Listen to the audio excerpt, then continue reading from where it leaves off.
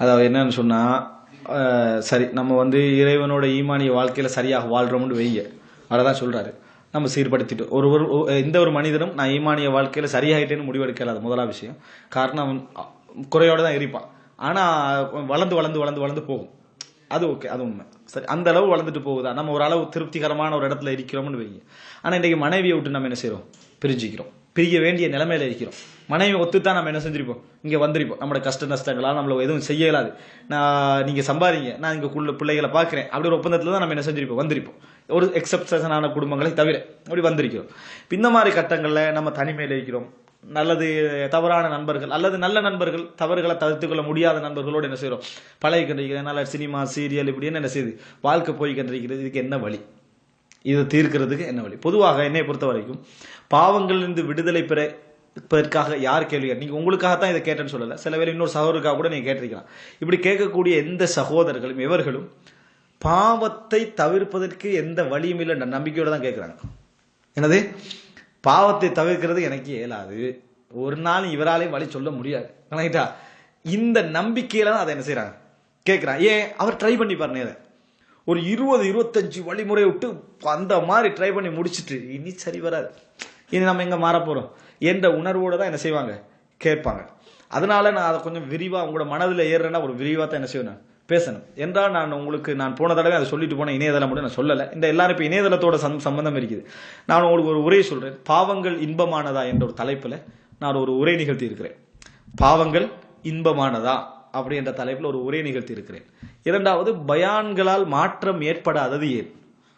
2, சிந்திக்க மறுப்பது ஏன். 3 விஷயம். இந்த 3ம் நீங்க எந்த பிரச்சனையை எதிர்கொள்றீங்களோ, லைஃப் நம்ம சொல்றோமே இப்ப ஏன் நம்மளுக்கு தவிர்க்க இல்லாம இருக்குது அப்படின்றது, இந்த பிரச்சனைகளை மட்டும் சரியா எடுத்து பேசி இந்த அதாவது தர்பியா உரைகளோட தலைப்புல வரும். நான் இணையதளத்தை உங்களுக்கு சொல்றேன், mujahidSrilanki.com அப்படின்ற இணையதளம். நான் முடிஞ்ச உங்களுக்கு போகல எழுதி தந்துடுறேன். அதுல நீங்க கொஞ்சம் பாருங்க, சில வேளை உங்களுக்கு அதுல கைடன்ஸ் கிடைக்கலாம், ஒரு வழிகாட்டல் செய்யலாம், கிடைக்கலாம்.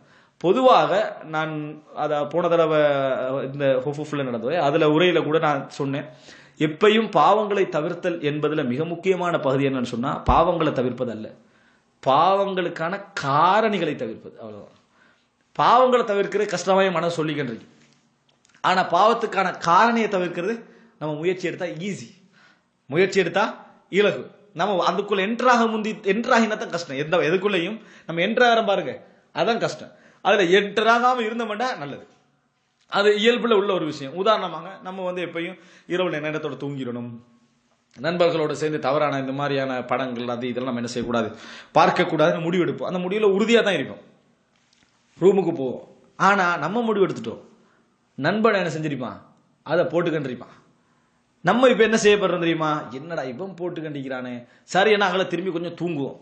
தூங்கினால் என்ன செய்யும், இது புதிய படம் மாதிரி இருக்குதே, சரியா சைத்தான் அப்படித்தானே வருவான், இது புதுசு மாதிரி இருக்குதே, இன்றைக்கு மட்டும் பார்ப்போம் இன்ஷா அல்லாஹ், இதுக்கு போற என்னது இல்லை பார்க்கறது இல்லை என்றால் ஒரு சப்ஜெக்ட் வரும், பார்ப்பீங்க. இப்ப நீங்க பாவம் செய்யறதுக்கு யார் காரணம், அந்த நண்பன் அதை போட்டிருந்தா அவன் நல்லவரா இருக்கலாம், ஆனா உங்களோட முடிவை அவர் எடுத்திருக்காம இருக்கலாம்.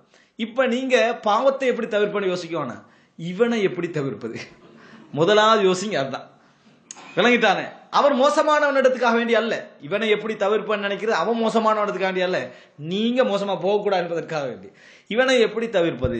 ஆனா சொல்லுவாங்க, இன்னகும் உனாசும் என்னது, அதாவது முத்தத்தஹரூன், சுத்தமாகிற ஆக்கள் இவங்க பெரிய சுத்தம் அப்படின்னு சொல்லுவாங்க. லூத்தர் சாத்திர சமுதாயம் லூத்தர் சாத்தை பார்த்து சொல்லிச்சு. யாரை பார்த்து சொல்லணும்னு பாருங்க, லூத்தர் சாத சமுதாயம் யாரை பார்த்து சொல்றாங்க, லூத்தர் சாத்தை பார்த்து பெரிய சுத்தம் பேசுறாரு அப்படி என்னது சொல்லலாம், அப்படி சொல்லுவாங்க. அது நம்மளுக்கு பிரச்சனை இல்லை, நம்ம தவிர்த்து கொள்ளணும், அவ்வளவுதான். அப்போ முதலாவது இந்த ரூமை எதுக்கு சேஞ்ச் பண்றது, ஆனா நம்ம அதை யோசிக்கிறோம் இல்லை. நம்ம எப்ப யோசி பண்ண தெரியும், நம்ம பேசொண்டு போயிட்டோம் வைங்களே, நம்ம கூட வந்துட்டு பணம் பையிட்டு போயிடுச்சு, அப்ப யோசிப்போம் இந்த ரூமை சேஞ்ச் பண்ணணும். ஏன், முக்கியமான பகுதி போகுது, ஈமான் போனா யோசிக்க மாட்டோம். அப்ப முதலாவது என்ன நினைக்கிறேன்னா, நம்ம இந்த ரூம் விட்டு மாத்துவோம். உங்களுக்கு தெரிஞ்சிருக்கீங்க, இந்த ரூம்லயே நேரத்தோட டைமுக்கு படுக்கிற வைக்கலாம். சிலருக்கு அல்லாஹ்வுத்தால 10 மணிக்கு விரும்பாமல தூங்க வச்சிருவோம்.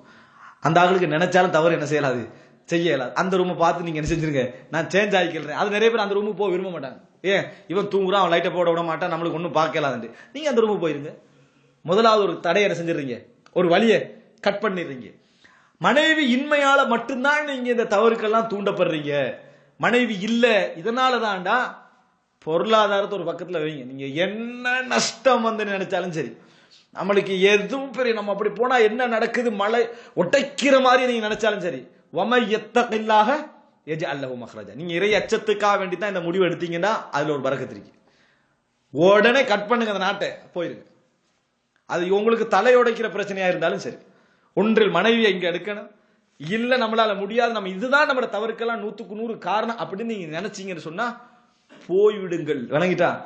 நீங்க இதை பத்தி உங்களுக்கு பிரச்சனை இருக்கு கண் முன்னால, உங்களுக்கு தெரியுமா, நீங்க போதான் சொல்லுவீங்க, ஏண்ட பிரச்சனை எனக்கு தானே தெரியும் நீங்க நினைக்காங்க. அல்லாவுக்கு தெரியும்.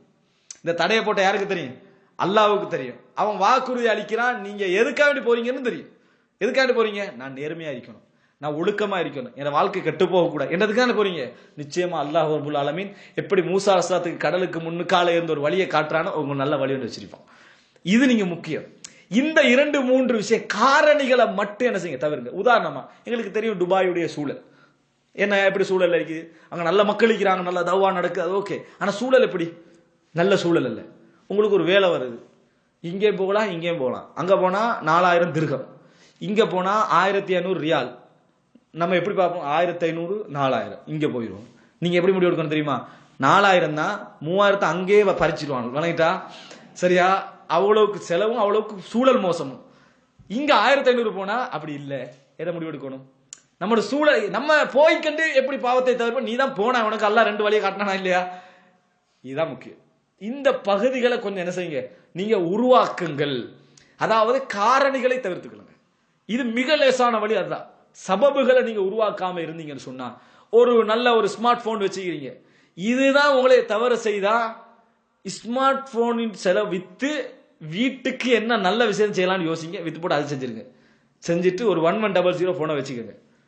ஏண்டா திடீர்னு போன் வாங்க மாட்டீங்க நீங்க, அது கஷ்டம். ஆனா திடீர்னு பாப்பீங்க. இப்ப இன்றைக்கு பாருங்க, யார்கிட்ட எதுவும் இல்லாட்டி ஒரு 10 MB பேலன்ஸ் இருக்குது, பணமே இருக்காட்டிங்க. ஆனா ஸ்மார்ட் போன்ல எது இருக்குது? ஒரு 10 MB பேலன்ஸ் இருக்குது. வாட்ஸ்அப் இல்லாம இருக்கல, என்ன பெரிய நான் நாட்டு ஜனாதிபதி அப்டேட்டா பண்ணிட்டு இருக்கிறோம். அப்படியெல்லாம் ஒண்ணு இருந்து பாருங்க, இருக்கலாம். விளங்கிட்டா? நீங்க அதுதான் உங்களோட ஆபீஸ் வேலை அப்படின்னா அது வேற, அதுதான் உங்களுடைய கனெக்ஷன் பண்றதுக்குரிய வேலைன்னா அது வேற. இது அப்படி இல்லை. நிறைய பேர் என்ன பாக்குறாங்கன்னா, வார மெசேஜ் எல்லாம் ஒருத்தன் பார்க்காம ஃபோர்வர்ட் பண்ணிக்கிட்டே, இது இல்லாட்டி வரைக்கும் இருக்கலாதான். விளங்கிட்டா? அதெல்லாம் சும்மா அப்படி சொல்லிக்கிறது. விளங்கிட்டா?